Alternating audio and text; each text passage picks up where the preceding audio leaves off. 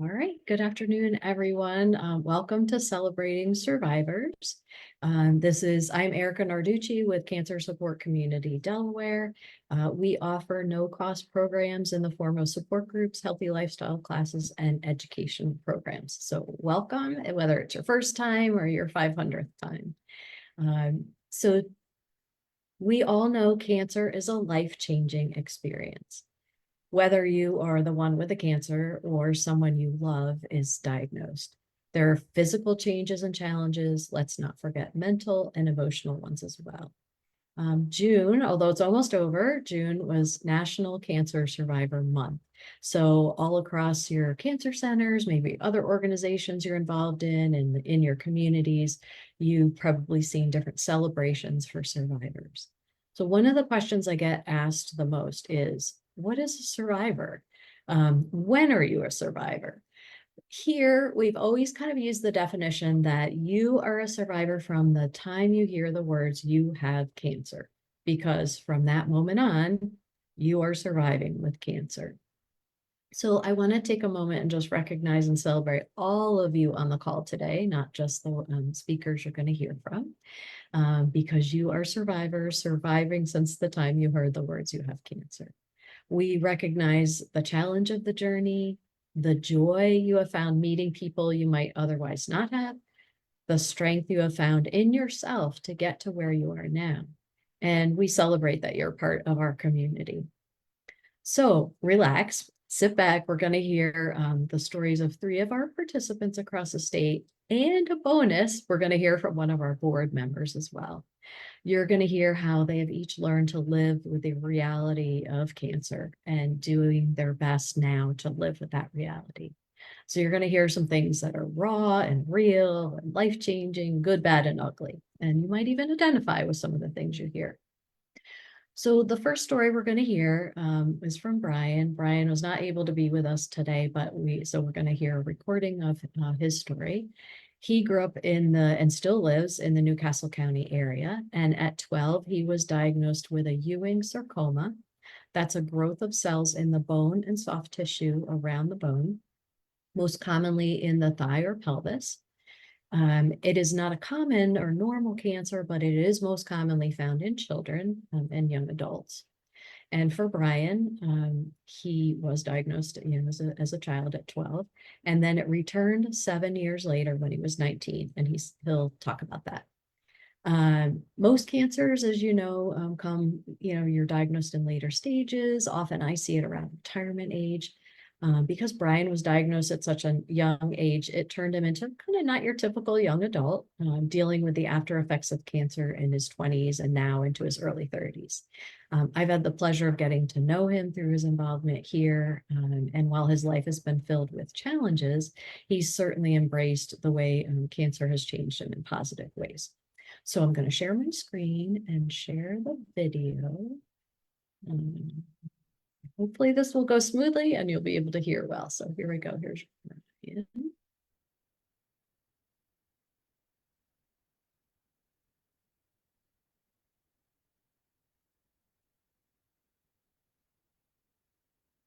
Diagnosed when I was 12. It was very surprising. I was just in school, regular middle school kid, played a lot of sports, martial arts. I mean, neighborhood kids playing sports, just like anything you could think of that an outside kid would do. I was out there doing that. But I was having some pain issues. And so my mom scheduled an x-ray, got pulled out of school at the end of the day for that. No one ever thinks that it would be something like cancer. But we were told right away in the x-ray room that it was either a very serious infection or cancer is what I mean. He said it just like that. Yeah, that was the beginning of it. And they told us that I had to get in there right away. So I never went back to school that year. I was just out for the whole year. My seat just stayed empty. So I was diagnosed in January of 2004. By the time February rolled around, they had me in surgery because the cancer, the tumor, primary one at least, was they said about the size of a fist in my right hip. But by the time they found it, it had already spread to my right lung, although it was very small. I think they said it was a 4 millimeter nodule. So that was the first surgery and the first chemotherapy. So it was also my first time in the hospital. So I went in there, they nicked this thing off, and I had a chest tube in for a while. I remember spending, I want to say it was 9 days. I'm pretty confident it was 9 days in there. But it was also my first chemotherapy. So none of my nausea meds were dialed in, which, could be problematic for sure, especially when you're in an unfamiliar setting and you don't really know what's going on. But that was the beginning of the ride right there. I guess I can only speak from my own experience, but I can't really say anyone can really just go back and be a normal kid after that sort of thing. Um, I had my right hip removed for one thing, so all my sports endeavors were put to a grinding halt there. And that's what I was passionate about, that, and I guess just being outside and drawing. But it was heavily affected, and that was the transition right into high school. So all new people, nobody really knew me from before. A couple of kids I went to school with before, but that's about it. And basically just tried to adapt as best I could. Walked with a cane in the beginning. I'm supposed to still be walking with a cane, but it's become kind of a hassle. So I only did that for the first 2 years, but with a lot of physical therapy, I felt like I was confident enough to, um, I guess, just continue without that. And I was also in pretty good shape in high school, so that helped a lot. Yeah, that came back. It was 5 years and 8 months later. And it wasn't one tumor, it was a lot of tumors. And so they were in my ribs, my shoulder, my spine, my neck, and on the inside of my skull, which was particularly concerning. So all of these were inoperable, and the only course of treatment that was viable was radiation and a stem cell transplant. So at Christiana Hellenough-Graham Center, I was scheduled initially for 25 rounds of a type of radiation called CyberKnife, which, yeah, it's as scary as it sounds. But yeah, 25 rounds initially, and then they tacked on another 10 on top of that. So they radiated me pretty good. And yeah, it destroyed hair follicles on the back of my head. There's a window where I don't grow hair on the back of my head. But this was kind of the Hail Mary, you know what I mean? Like, this was the last play that we had. So it was all or nothing. It wasn't even really a question, and there were no options to even weigh. It was that or nothing. So we went ahead and went along with that. This time I was 19 years old as opposed to 12 when I was first diagnosed, because again, it was 5 years and 8 months later. So I was a little more involved in the decision making process than you can imagine I would have been at 12 or 13. In the beginning, in the first time, one of my parents stayed over every night in the hospital. I mean, they didn't miss a night. The second time they offered to do the same, but I wanted to limit their exposure to all of that as much as I could. So I did that as best I could. So the second diagnosis was in 2010 in September. I was 19 at the time, and I finished radiation and the stem cell transplant. Was it, I guess, um, right after my birthday of 2011. So right after my 20th birthday. So I had three different types of chemotherapy that they gave me for the stem cell transplant. Definitely busulfan. Another was topotecan. And I think the third one, in fact, I know the third one was doxorubicin, which was also given to me the first time. But they're particularly hardcore. chemotherapy drugs. And so with the busulfan and the actually the topotecan in particular was the one where I had to get in the shower 9 times a day. It was very, very strange because it was so powerful that it actually came out through my skin. But we did everything that we had on the on our plans, and it seemed that everything worked out. But what was kind of interesting about my case was that the tumors, as they said, weren't dead for a while, and I had a very bad prognosis actually the second time, like as bad as it can get, kind of bad. But I definitely didn't just I didn't just throw in the towel right then. I was pretty determined to fight it as much as I could. So I'm not sure what everyone else thought would happen, but I had high hopes despite the medical advice from my care team, and also um, from what we had been told, and did the best I could with that. And then just for some reason, the time went by, and they're telling me the tumors aren't dead, but they're not doing anything. So that was pretty interesting. And then that went on for months. And you do your 3 month checkups, and then your six, and so on. And nothing happened, and nothing happened. And that was in 2011. Here we are. What is it? 2024 right now. So you know, uh, to be honest, I'm kind of hesitant to poke my head out and look around, kind of, but I try to just live my life in such a way that that's not the predicate, you know. Actually, I mean, they removed my right hip when I was 13. I was barely 13, and yeah, so my gait is pretty off due to that fact. Also, as I said, the radiation to the back of the head, eliminated my potential to grow hair in that radiated area. And these things are there to save your life, and that's all you're thinking about when you make those decisions. But it's then later on you kind of just you have to cope with it, and so that definitely has like affected my confidence over time for sure. Um,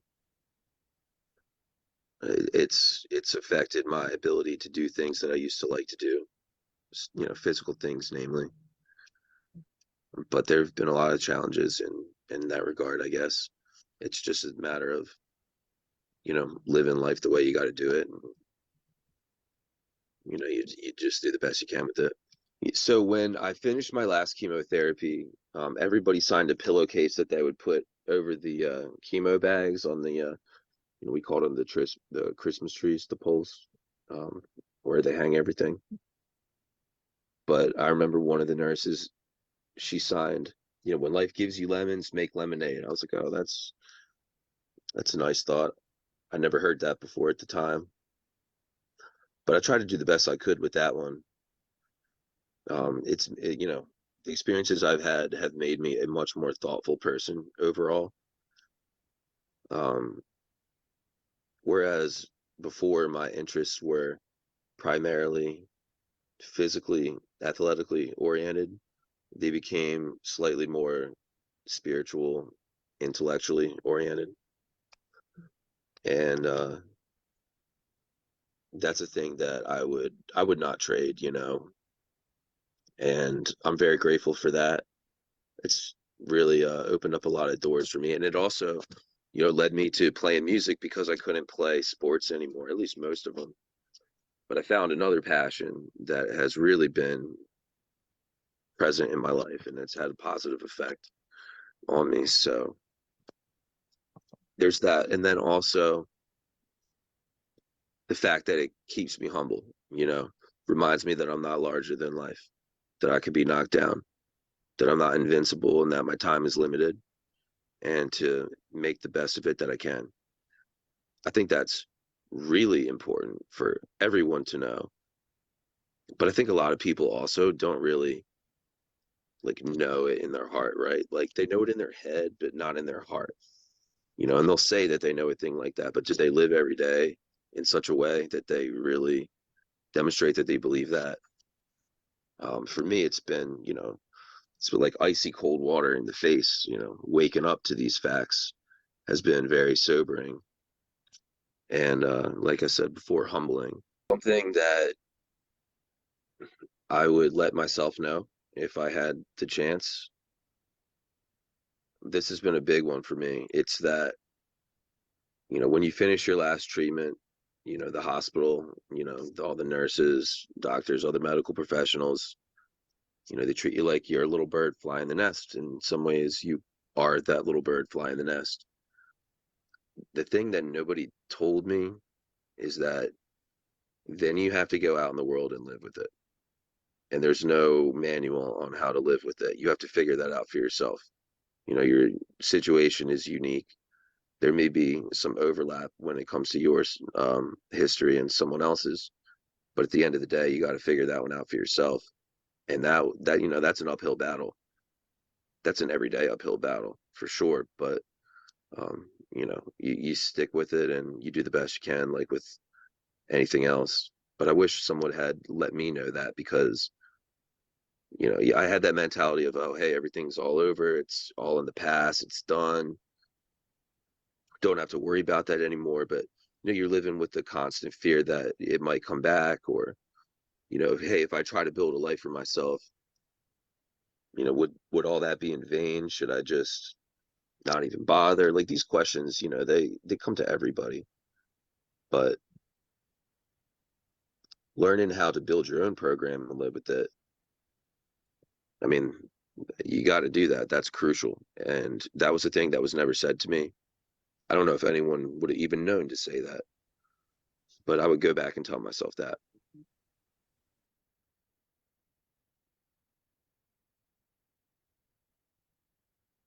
Okay, so that was Brian's story, a man wise beyond his years, I believe.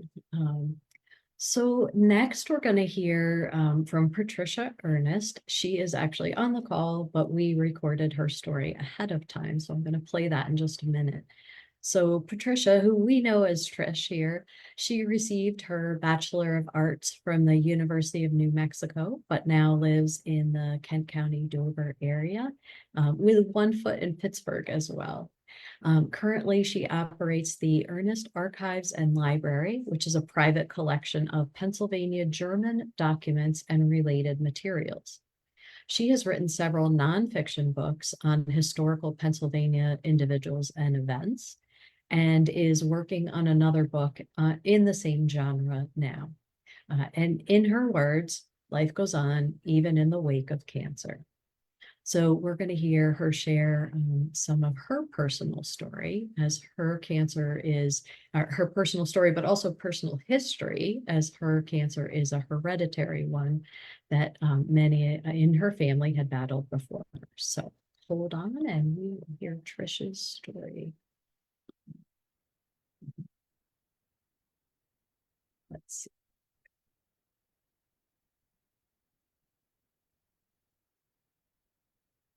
Actually began in the early 1980s when my grandmother, Mango, was diagnosed with lung cancer. Unfortunately, I was a self-obsessed high school student and I didn't pay much attention at the time, but I do remember that the family started talking about others in the family with lung cancer. Mango's father had died at the age of 49 of a cancer, and a cousin, unfortunately we don't know her name, died of a bus accident. She was hit by a bus, but when they did an autopsy to exonerate the bus driver, she was riddled with cancer, which had metastasized to her brain. Now we wonder if those were also both lung cancer victims. The chances are good that it was lung cancer. Mango died in 1982, and lung cancer at the time became a distant memory. In the late 1990s, my Aunt Mary, Mango's oldest child, developed a persistent cough. She died in 2000 after a 14-month battle with the disease. In 2003, Mary's son, my cousin Ronnie, developed a persistent cough. He died in 2005, also after his own 14-month battle with the disease.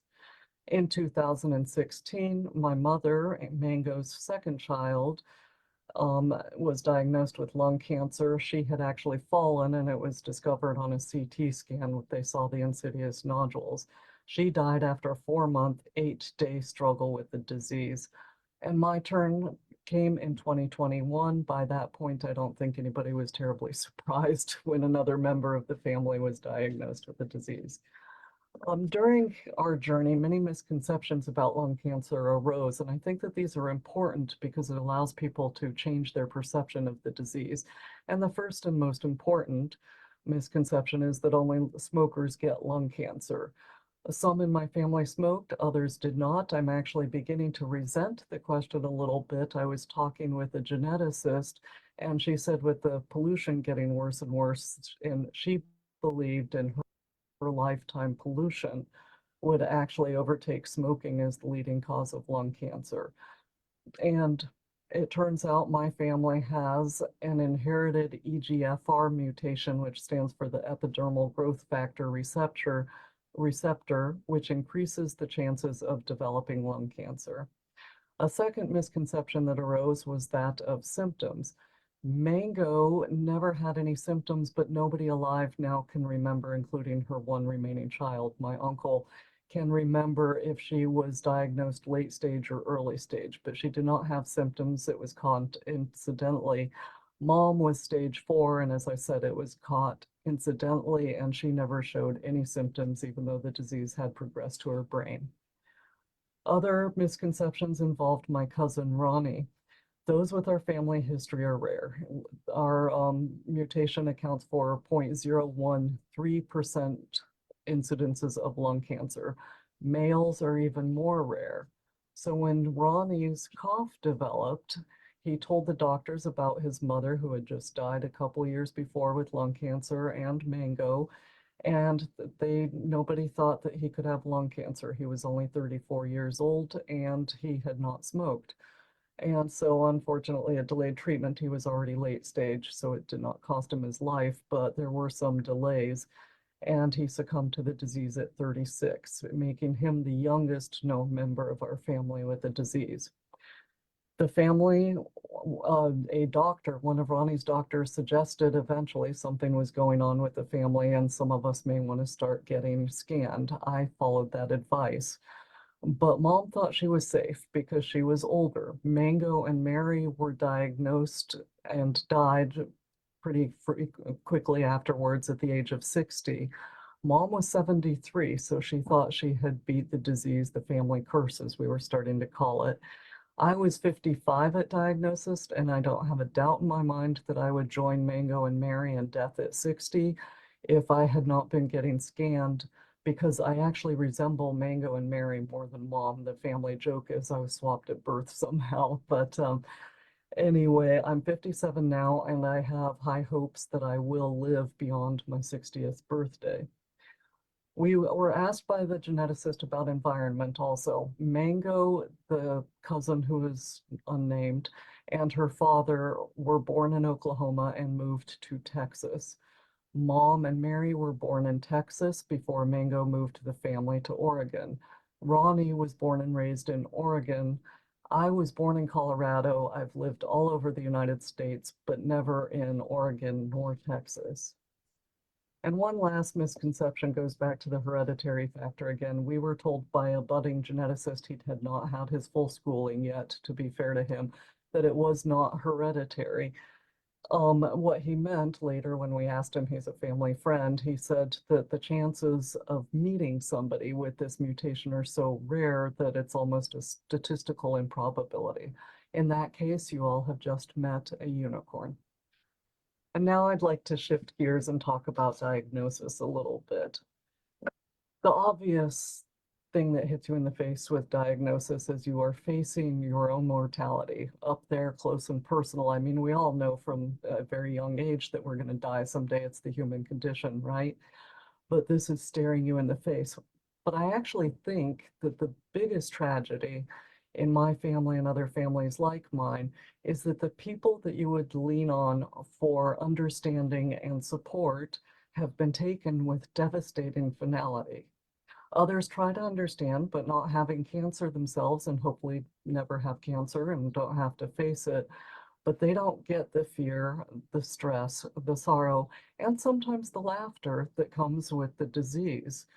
Mom joked that she moved through the 7 stages of grief so quickly, right to the acceptance stage. And she and I just fell into stitches of laughter. My dad started crying. So people don't understand that. So when I was diagnosed and when Mom was diagnosed, do you all remember that rock in Indiana Jones in the very first movie that's chasing him and threatening to crush Indy? I visualized that rock on diagnosis. It stands for the cancer, the information that's coming at you so fast. And we either had to catch and understand the information in the disease, get treatment, make decisions about treatment, make decisions about when not to tell family members. My oldest or my youngest daughter was in school still. Did we tell her when the tumor was spotted, or did I wait until after the biopsy to know for sure, which is what we opted to do? Other family members I told even later. I told them after the surgery that removed Charlie. I refer to my nodule as Charlie, and he's gone. But just when you think you are close to catching that rock, it changes direction on you and threatens to crush you all over again. I saw the sign for cancer support community outside my pulmonologist's office, but I thought if I stopped, that boulder would crush me for sure. I had doctor's appointments and I was going to scour every single study the National Institutes of Health put out about lung cancer because I was going to solve this disease when thousands upon thousands of specifically trained doctors couldn't. I was in the midst of battle and I had no time for conversation and tears, and that's what I thought people would be doing at Cancer Support. But then the isolation struck. My family couldn't tell me what might taste good during chemo. I never thought to ask Mango, Aunt Mary, and Ronnie, why would I? And Mom had only lived through 1 round of chemo. Despite the drugs which now help with chemo side effects, I lost a lot of weight. But also, I didn't want to be the Debbie Downer at parties. I didn't want other people to be talking about their shoes, and I'm sitting there thinking, why is that important? I'm fighting lung cancer, people. So I felt my sociability sliding. And it hurt to even discuss it with my dad. As I said, he bursts into tears, so he doesn't like talking about it. So I decided to give Cancer Support Community a try. And guess what? It was anything but a bunch of people sitting around mourning their lot in life. Sure, there have been moments of tears, that's to be expected. There's been fear, there's been stress, but there has been far more laughter. And in the middle of this battle, I think every single advantage needs to be taken with this disease, and that includes your mental health, which a lot of people disregard. The advice has been helpful. During chemo, one of the members mentioned that her husband could taste pickled foods. I don't like pickled foods, or I didn't like pickled foods, but I wasn't eating. I thought, let me give it a try. Maybe it won't taste like sand. And guess what? I love pickled foods, and that's actually lasted with me now past chemo. Another woman told me that seeing her hair in the shower was traumatic. And I thought, you're alive. Who cares about your hair? Well, guess what? Seeing your hair falling out in mice-sized clumps in the shower is traumatic, but I was prepared because of a member's comment. But the most important part of this maybe is that boulder. That boulder is always going to be there. I met a woman who was a childhood survivor of leukemia, and 50 years later, she says that every sniffle or cough, she's still very worried that the leukemia has come back. So I know that that boulder is always going to be there. But now I feel like I can navigate around it with all these people's help and with their support. So Cancer Support Community and other survivors, connecting with other survivors, diminishes the isolation and fear. And thank you for listening. Thank you, Trish, for your story. And now I'm going to turn to Barbara from our board and ask her a few questions. I'm going to actually add her to the spotlight. There we go, so everyone can see her. So Barbara, welcome. Thanks for joining me. So don't forget to take off your mute so we can hear you when I ask a question. But Barbara Andrzani has served on the board here for many years. She is a cancer survivor and was a caregiver to her husband as well through his journey. So I'm going to ask her just a little bit about that and she'll share her story with us. So start, Barbara, by telling us about your own cancer diagnosis. Well, my first cancer diagnosis was in 1991 when I was 51 years old and learned that I had melanoma between my toes. My husband had suggested that we go to Jefferson because they were giving free skin screening sessions. And I had just had a physical and I said, I don't need to go. I just had my skin screened. And he said, well, we could take our son out to lunch. He lived in Philadelphia. So we went. The doctor screened both of us. As she was leaving, I suddenly remembered that I had seen a spot between my toes, but I have terrible eyesight without contacts. So it was in the shower. I didn't pay much attention, but for some reason, I mentioned it to her. She came back and looked at it, and I immediately knew this was not good. And 2 days later, I found out that I had melanoma, which required, fortunately for me, but they caught it early enough. It required obviously being removed. It took a plastic surgeon. They had to do a skin graft. It was very complicated. I got to spend 5 weeks in bed with my foot elevated, but that is nothing compared to what we've heard about today. I also became a member of the melanoma clinic, which I didn't really want to do, at the University of Pennsylvania for 10 years. And I had to have chest x-rays every 6 months because it's a risk factor for getting lung cancer if you've had melanoma. That's where it spreads to. Then in 2003, I had a mammogram done and was told at the University of Pennsylvania that I had breast cancer. It is also associated with melanoma. They go together. So after 3 lumpectomies, a really bad staph infection in between 2 of the lumpectomies, which put me in the hospital for a week, I had a mastectomy because they couldn't get clear margins with the 3 lumpectomies. So I was recovering from a mastectomy and from plastic surgery to have an implant when my husband, also in 2003, got diagnosed with a very rare cancer, duodenal cancer. There's only about 200 cases a year. There are no protocols for treatment. It was 3 weeks before our only daughter's wedding. They told him at Jefferson and he had symptoms and went to the doctor, and they told him that he just was a hypochondriac and there was nothing wrong with him. And so it got diagnosed because I took him to the emergency room at Jefferson and said, he is not going home. I don't care what you have to tell me. At the end of the day, they said, well, we couldn't really find anything, but there's an increase in one enzyme. I said, we're not leaving the hospital. And then they did some testing and came back to tell us he had 6 weeks to live. So, and to go home and get hospice. Fortunately, or this is a weird way to say fortunately, he made 22 months, which was really good for us. But I tell you, it is way worse watching somebody you love, and you may all disagree with this, having cancer than it is having it yourself, because you can control some of how you feel about it yourself, but watching somebody else suffer is really hard to control. So during that time, of course, you weren't able to take advantage of Cancer Support Community Delaware because you were at the hospital with him. So what kind of support were you able to get at that time? Well, or was there any? So the University of Pennsylvania at that time, I'm hoping that they are better than they were in 2003, but they prided themselves on complete care. So they had a nutritionist that we met with.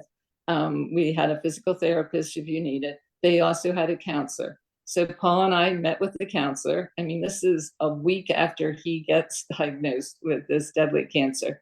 She talks to us and said, you two look like you're handling it just great. And that was it. That was our counseling session. And then unfortunately, neither one of us used the services of Cancer Support. It would have benefited both of us in our dealing with cancer.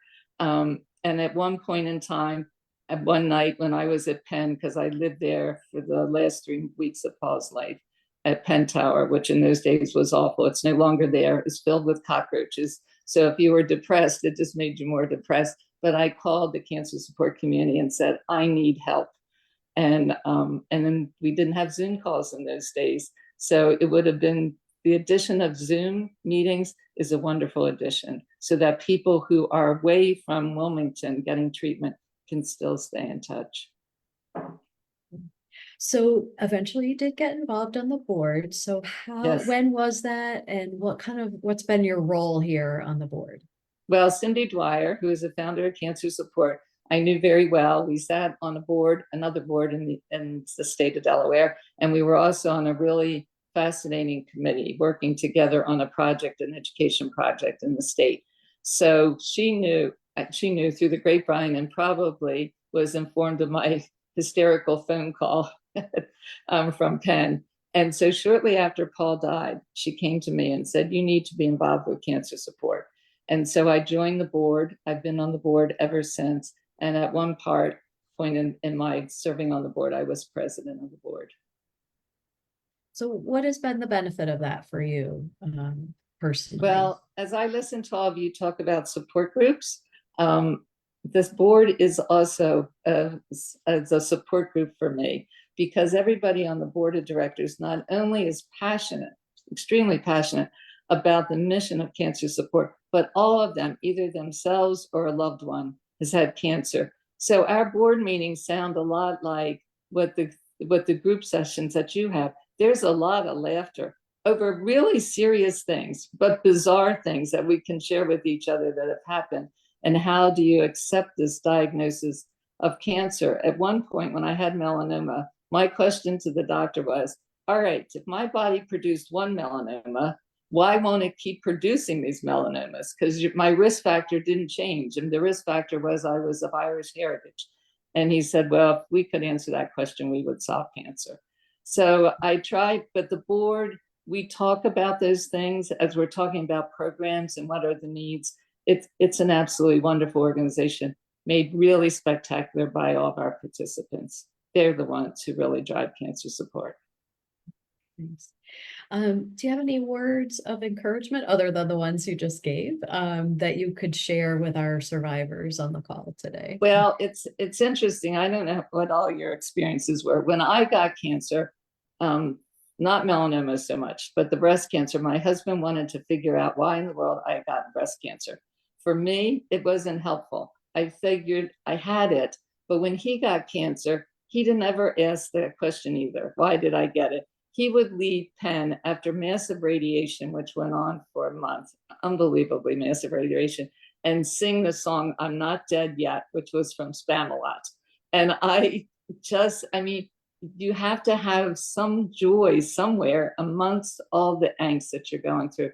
So for myself, I just try to think of things that I can focus on that bring me joy. It's really hard to live in the moment. We get taught that a lot, to try to live in the moment, not to think ahead. Could I get cancer again? What would it be like? Just to stay busy, I think. And maybe that's not a good thing for everybody, but for me, being active, being on the Cancer Support Board, I sit on 4 other boards, it is beneficial in my life. And I'm 77, so I've made it this far. Great. Well, thank you so much, Barbara. We really Thank you. appreciate you being with us, and she'll be available for questions later. So next I am going to, let's see, Barbara, if I can spotlight you with me. Yes, here we are. So our final speaker to share today is Barbara Ward. So many Barbaras today. I was having a hard time keeping everybody straight. But just a little introduction of Barbara. She is a native New Yorker who relocated to Sussex County about 9 years ago. She is retired from a career in nonprofit, but loves volunteering with us at Cancer Support Community and also with Read Aloud Delaware. She has 1 daughter and 3 young grandchildren and spends a lot of time going back and forth between Long Island and Sussex County so she can visit with them. We can find her early in the morning when the sun is rising, which is really early these days, walking on the Rehoboth Boardwalk. And on Wednesdays, you can catch her walking with the Cancer Support Community Delaware Walking Warriors. She became a participant with us in 2019, a few months after she was diagnosed with lung cancer, which she is going to share more about now. So go ahead, Barbara. Oh, you are muted still, just so you know.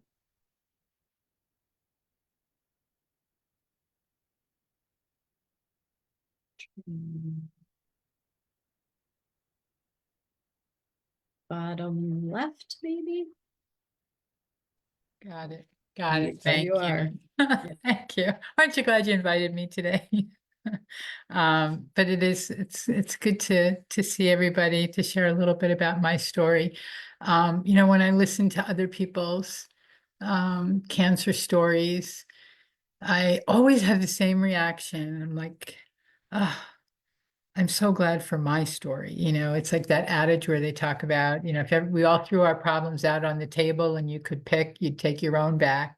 And that's what it feels like when I listen to other people's stories. So anyway, thanks for letting me share with you today. It's June 25th, and I am 3 months and a day shy of my 6th cancerversary, which is a word that I didn't even know existed 6 years ago. I was diagnosed with cancer in September of 2018. And there are 2 things that I remember most about that day. The first one, silly, is that doctors actually do start that conversation by saying, we have to talk. And I thought that that was just like the dramatic language they used in the movies or on television, but it turns out that that's real dialogue in a real doctor's office. So strange. And the other thing that really got my attention that morning, maybe even more than the diagnosis itself, was the 2 thoughts that instantly went through my mind. And the first one was, oh my God, I've made myself sick. And it wasn't a blame thing, but it was an instant knowing, a knowing that I was sick because for as long as I could remember, I had lived in deep emotional pain and sadness. And the second thought was, my life is being transformed in a monumental way. Oh my God, I've made myself sick. My life is being transformed in a monumental way. I didn't think, oh God, I'm going to die, or I'll have to have chemo and I'll be sick and pale and lose all my hair, although those thoughts certainly came later. I believe that those 2 thoughts that that flashed through probably within the first 3 seconds. It was that fast, not even enough time to form an actual thought. Those thoughts are the actual truth of my disease that I somehow intuitively knew, that I had been living for a very long time in ways that were destructive to my spirit, and that it eventually caught up with me, and now cancer was going to force me to fix it. I didn't know that day what kind of cancer I had. I only knew that I had had a lymph node removed from my neck and it was full of cancer, and we had to find out where it was coming from. So for the next 2 weeks of testing, I prayed for thyroid cancer, which was for sure the oddest thing I've ever prayed for. But I had a strong suspicion it was lung cancer. And so it was stage 4 adenocarcinoma with metastases to my lymph nodes, bone, and soft tissues. I should note that I had no symptoms. I was not sick. I didn't even have a cough. I had no symptoms whatsoever, other than that there was this little lump in my neck that had been there for more than a decade. And it was just kind of part of my anatomy, and I would fiddle around with it once in a while, and just kind of ignored it until one day I looked in the mirror and I thought, is that bigger? And I watched it for a few days, and I decided yeah, that is bigger. And I went to the walk-in hours at my doctor's office and she looked at it and she said, what is that? And I said, I don't know what that is. And she said, well, I'm going to send you to a surgeon. And I got in very quickly. And the surgeon looked at it and said, what is that? And I said, I'm kind of hoping you would tell me. And he said, well, I don't know what that is, but let's take it out. And he did it right then and there. And when he opened it up, he discovered, oh yeah, that's a lymph node. And that, I don't know. I don't know why it was poking up like that, but it looks really fine. It's pink and healthy. And I think you were just able to move it around all this time because it has a very long tail, I think is what he called it. He said, I have to send it out for testing, of course, but I'm not worried and you don't need to be worried either. So much for that. Following my diagnosis, I spent weeks looking at treatment options, seeking out second, third, and fourth opinions from doctors at any major research hospital that seemed geographically realistic to me. That whole process for me, I think as it was for all of us, it was overwhelming and so frightening, an emotional roller coaster that every morning I would get up and it was still going around and around and around, and it really felt like it would never end. And I remember asking myself, if this is what cancer feels like, just in this stage, how am I ever going to do it? Like literally, how am I going to handle living on this ride for who knows how long? But I was very fortunate. I went to Penn Medicine. And I met with an oncologist who was just beginning an immunotherapy research study, and it looked like I was a perfect candidate for that.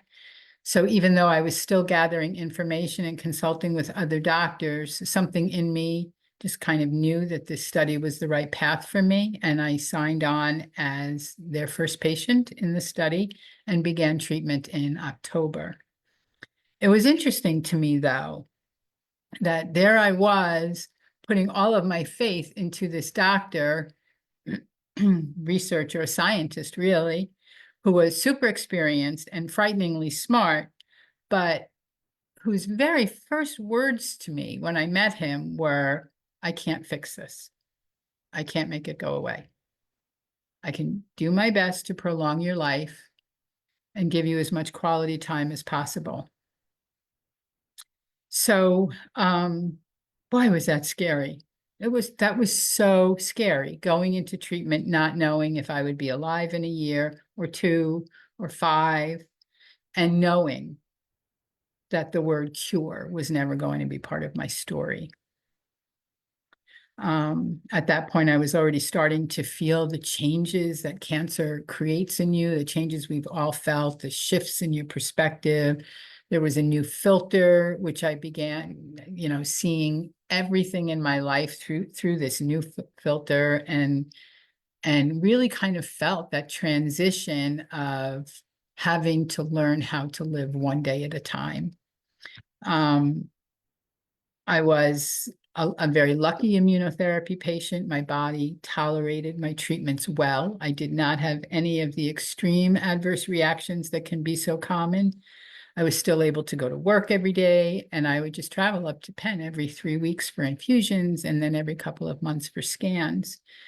At the time, I was working at Sussex County Habitat for Humanity, and I had spent decades working in the nonprofit sector, and my career was my passion and really my sense of purpose. And I really didn't feel nearly ready to give it up.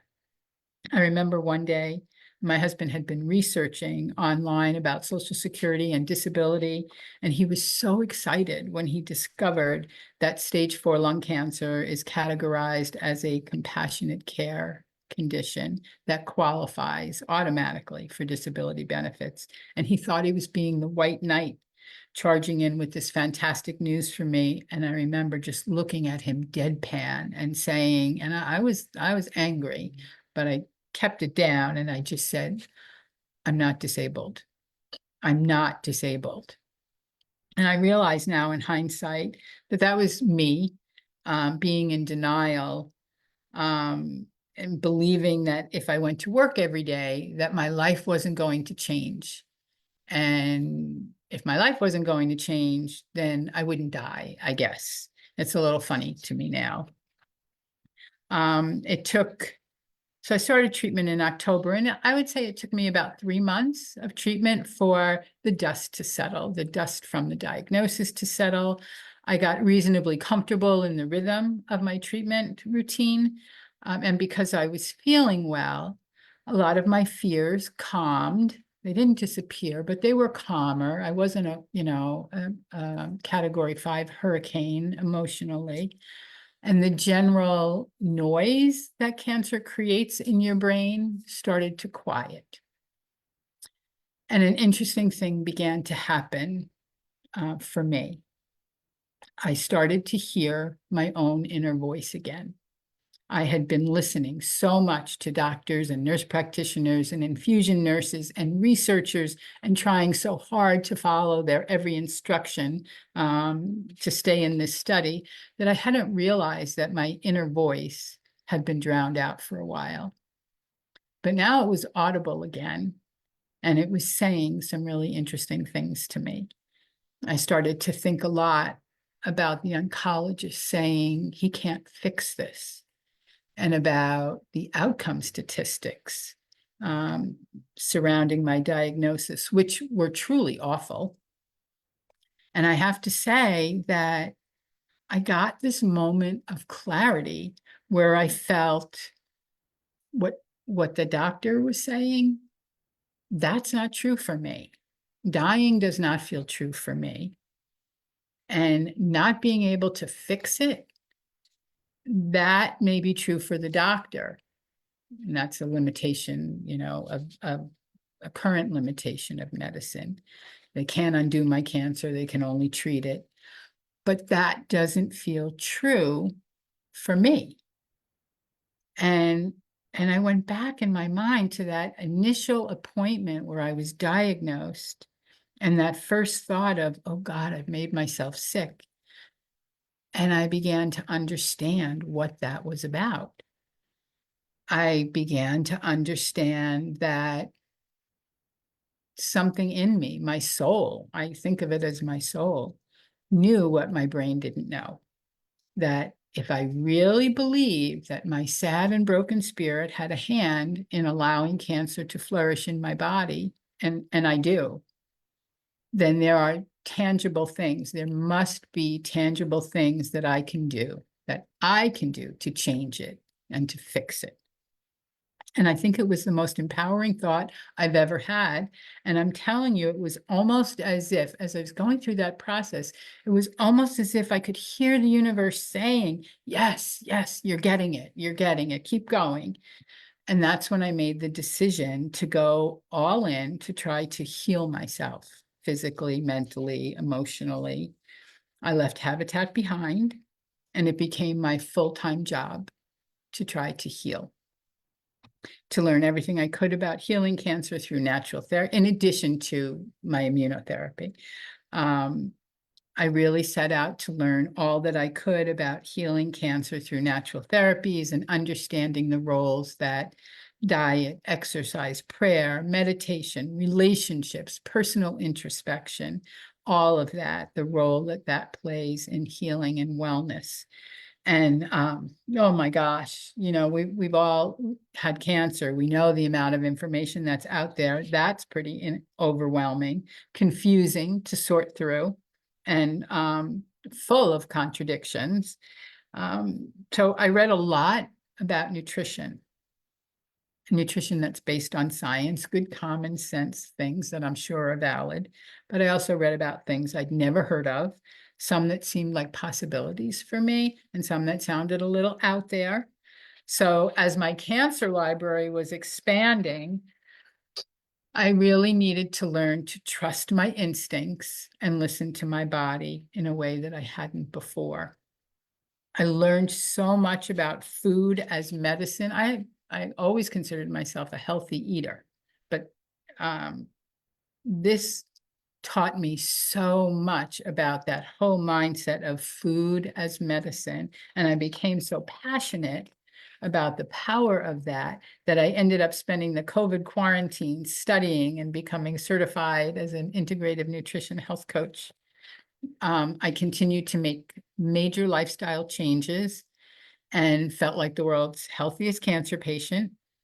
I don't know for sure if daily juicing or a vegan diet or bouncing on a rebounder or acupuncture or sound meditation contributed to my treatment results.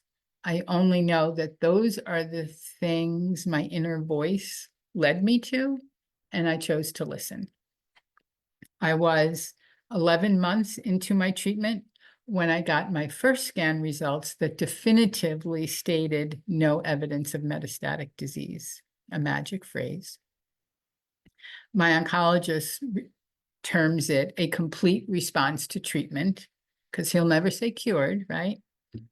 I think of my cancer as healed. I believe that the combination of the best available medicine and relentless intuitive self-care has helped heal my body and restore it to a place where cancer can no longer thrive. I hope that that's true. I have no way to know for sure, but it does feel true. That's what feels true for me today.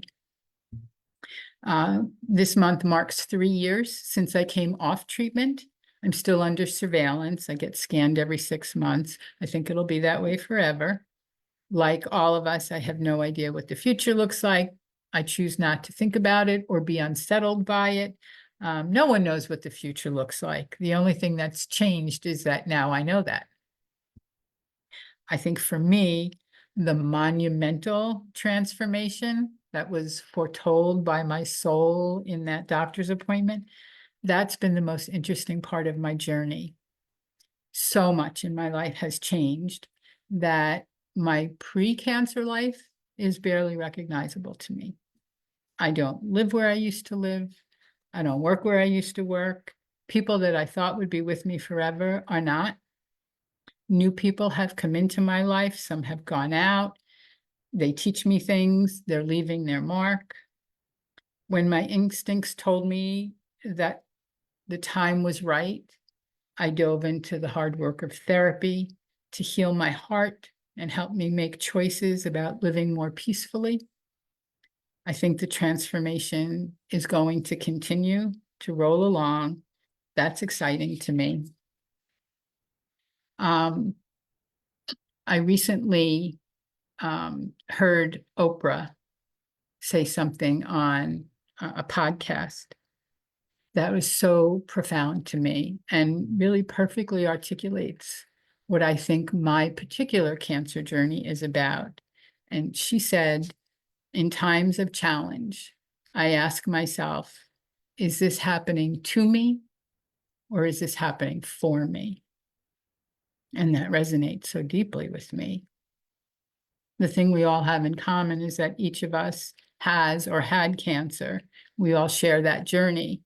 But I've learned over these nearly 6 years that cancer is a very individual thing, and everyone's journey is so different. For me, cancer turned out to be my great healer. The thing that helped me finally save myself when a lifetime of previous attempts did not. I am 64 years old, and I am happy, truly happy, and comfortable in my skin for the first time in my life. And I'm not convinced at all that I'd be able to say that were it not for cancer. And cancer continues to be my greatest teacher. So every day, really my overarching goal is to simply be a good student. That's it. Thank you so much, Barbara. I appreciate that. And I'm going to put all of our people back in the middle, and we have Trish is here as well. I'm going to add her so you can see our cancer survivors that spoke. And if anyone has a question they want to ask, I know we did run a little long. I apologize, but such great stories. I appreciate all of you for sharing. from your heart, but if anyone wanted to come off mute and ask a question, go ahead.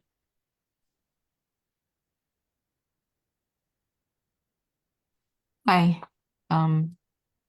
Wonderful stories, very inspiring. Thank you very much, everyone. I do have a question, but it's based on Brian's story. I didn't recall what type of cancer he was diagnosed with. I heard you say it, but I didn't take note of it. If you don't mind repeating that. Yeah, it's called Ewing sarcoma. So it is a tumor that grows in the bone and outside the bone as well. And Okay, it is a rare cancer, but is most of the time found in children and young adults. gotcha. Okay, thank you. I appreciate that.